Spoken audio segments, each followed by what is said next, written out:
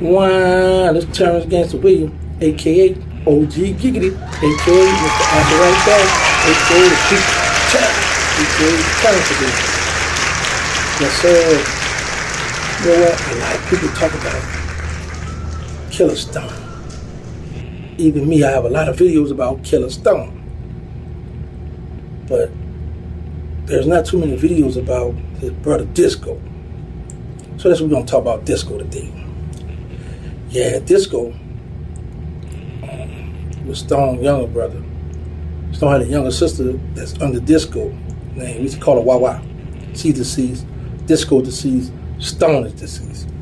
He only had one older sister left, but Disco had got this white car. It was a four-door little small. I used to call it the Matchbox.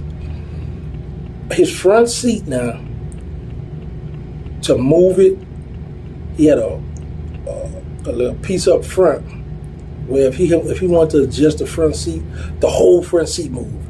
You know how today's time we got the cars, and back then we had the same thing too, the cars where the passenger front seat could adjust, move front, back how he want, driver do how. Well, his car, I used to call it the Matchbox like I told y'all, but the front seat was a whole like a little sofa. Whole front seat, it moved all together. It ain't had no split in the middle, none of the little thing you let down. It was all one long seat. So we decided to go around a deep club. Club 2001. At this time, 2001 was on Dries and St. Andrew, a block from Telehank's mother house. And so happened on Dries Street, Dry and Josephine. Disco decided to park down there on a dog street, a block from the Club 2001. Right by the antique store. Back then it was an antique store. We get out. We like about this Disco, Skiboo, Dougaloo, Dogger Black, man, Sterling, Dooney, Mosquito, Chill Will, Hank,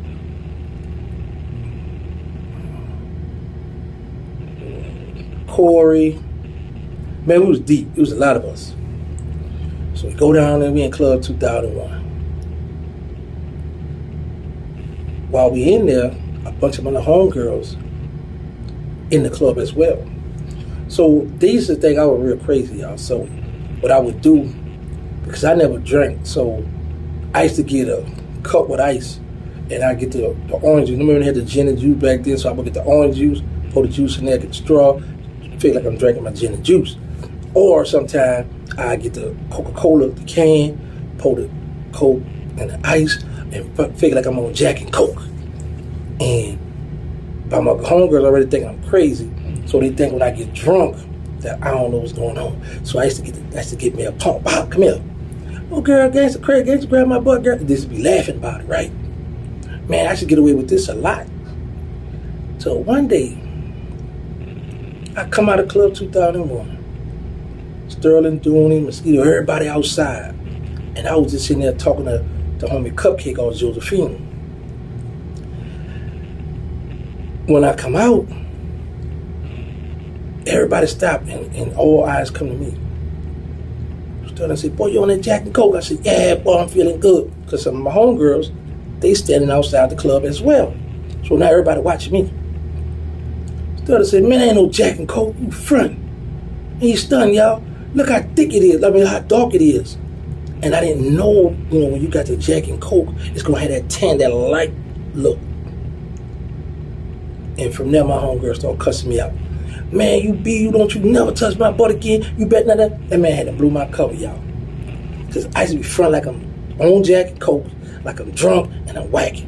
So, as we laughing and talking about that, some of my homegirls who really ain't play that, who used to give me a pass because they thought I was drunk, they did that day. But as we laughing and talking, we hear some shots go off. So what happened, when we looked down the block where Disco parked at, Stone had a black Bravado with the gold edition package on it. He coming up the street, flying up the street. Disco ran outside the truck. Stone stopped, throw the door open. Disco jump in the truck, and he mad sure. So we with the world. All the while, when Disco walked down to that block down where his car was parked at, somebody tried to get at him. He tried to put him down for the count. Now, automatically, we gave the Melf the charge. But it wasn't until I went to the Fed I started thinking.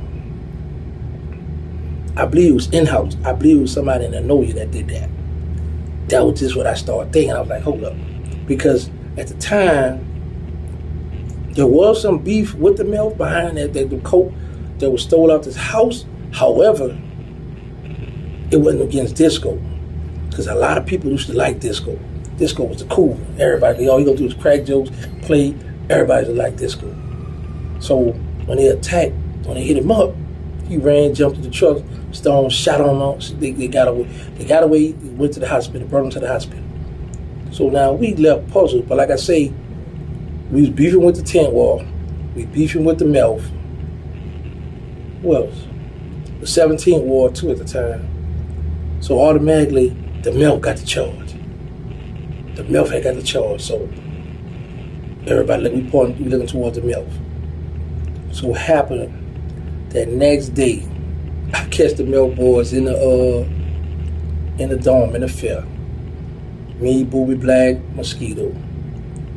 Man, we launched our attack on these guys, man. Them guys up to the steak knife, hit me. One guy hit me in the chest, hit me back here. Mosquito got stabbed. Oh, man, listen. The reason why I was thinking about it, because this all was in 1994. And, Soulja Slim say, if you made it past 1994, you're a gangster. And I was like, man, from the beginning of 1994, January, I went to jail for intimidating a witness. There was a witness going to court on one of my people, and I was trying to put that extortion, look, give me this, give me that, and since you're doing this and that, man, I got arrested for intimidating a witness. January 1994. February 1994, murder.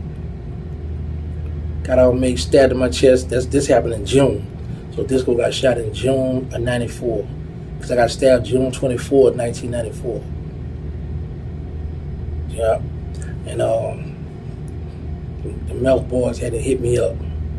What was crazy, y'all, my lungs had collapsed. So they cut me open, and I had staples inside my stomach, so they let it close from inside out. So I'm going to get my checkup one day. When I come out the room, who I run into? Cornell out the Melf. The dude who stabbed me, matter of fact. He in his wheelchair, he hadn't got shot in the leg, and he lost his leg from his knee on down. But his mother and his uncle standing by him. I come out the room, we look at each other. So I'm like, man, I ought to slap him. But I'm like, nah, his mother I don't know who this man is, but I'm like, I didn't want to disrespect him in front of his family, So we look, he's like, man, what's up, you all right? I'm like, yeah, I'm all right. You all right? Because I can still walk now. You ain't walking, you're that wheelchair. But it wasn't no, like, you all right? Like, yeah, I did that to you. It was like when I'm like, man, you all right? Like we just speaking, knowing that we was enemies, knowing we had beef. But the crazy part about it is, when we was in the Paris jail, and he was fighting, I don't know what charge he was on, but I had a murder case, but we was on B1 together. And Cat Eye Derrick got the Callio, stole the dude from Kenner commissary. The dude, Cat Eye Derrick was on that phone. The dude snuck behind Cat Eye Derrick and stole him. Hit him in the jaw hurt. I'm in my cell. I come back when the deputy racked the doors back. I go in the day room. What's going on? I fight him. So Cat Eye Derrick fought him again. Dude caught him again in that jail. Like, man, I can't go no more. Let Cornell out the Melf, jump in and try to fight the little stocky dude from the Kenner. Cornell couldn't do nothing with him, so I jumped in. Me, I had some work these days. And I can't fight no more. So y'all don't nobody tell me I'm gonna fight OG Gig. I can't fight no more. But back then, let's go run. Anybody who come up in juvenile jail around Stone, it was at home. He taught you how to fight. Anyway, so I was thinking about me helping Cornell fight in jail, like the Mac, the Melf, the Catio, all us stuck together in jail. But when we got out, once we hit central lockup, when we got out, it was on. If my homies beefing with your homies, the project beef with the project, we got to go with the projects. We at war now. So, but that's crazy, man. I had just helped that man fight in jail, and he the one put the knife in my chest. He the one put the knife in my chest in 1994, y'all. But y'all was just thinking about that. But Disco had survived that attack. And like I said, we had to get him milk to charge. Even if it wasn't a milk, we had to get him to charge because they was the ones that was up in arms and coming at us. Because the Tin War had to kind of back down a little bit, and that milk was riding, coming through there working. So we was like, okay, that was the milk. Let's go at the milk. And yeah, but oh boy, I could have ended my career. When I've been on GK, man. I was like, man, I'm talking about he hit me right here in the chest, left, right here with my finger. Hit me right there, right up at my. God, man, he had to put the tubes in me, my lungs collapsed and everything. I never, because I was at the block party, and Wayne go out the Kelly all come up there. Wayne go say, boy, who set you down? I said, boy, that boy at the milk got me, boy. I said, but I ain't in the chair for long, dude. Like, all right, that's what's up. Yeah, but he came back there at the DJ, and I know he was in Clara and Belmont Kobe this day. And I ran across one of them on my second murder in 94 in August. I ran across Lil Diesel. He ain't go to Now with Life. He had got hit up. Somebody hit him with a chopper. I think they hit him in his balls, or one of his balls or something. They caught him slipping full of dope ducking and went to aim it out. And me and him came across each other on a medical tier. Yeah, we ran across each other on a medical tier. So a lot of people knew that we was beefing. They knew we was up. And some of them deputies knew, so they grabbed him, moved him off the tier, moved him somewhere else. But then after that, I never seen Diesel no more because Diesel had wound up getting a life sentence. So we never ran across each other. I never ran across Cornell again. And then Cornell had got life, but I heard he gave his life back, went home and got killed. 1994 was a wild one, but like so Slim said, if you live past that, you a gangster. A lot of people made it past 94 now, but 94 was a rough one for me, man. Man, I hadn't been through it. But this story was about disco because a lot of people talk about it. And the crazy part about it is, in 1994 of July, we was in Gertown. We was in Disco Call. It's crazy. and I wanted to go in Kenner by these females in Kenner, but they wanted to go back in the Noe. Because it was a lot of us that we was in like, I want to say we was in two calls deep. And we was like, it was a few of us had girls out in Kenner, but some of them didn't. Like, man, go in Kenner. Nah, I don't want to go in Kenner. A few of the homies didn't want to go in Kenner. They know they weren't going to get none. So I was outvoted. We go back in the Noe. That's the day I got shot up in the Noe. That's the day they saying, was it Killer Stone that hit me up? Who was it that hit me up? I remember 90, man, yo. Now y'all know my motto. Let's say no the drill, let's stop the violence, put the guns down. Make sure y'all get tested for HIV and AIDS. Y'all need to know y'all status. We got the non-profit, they need us. We got the Instagram, they need us, Third Ward. Shout out to Eric, Ava Noahs in New York. My best friend Hank. Yeah,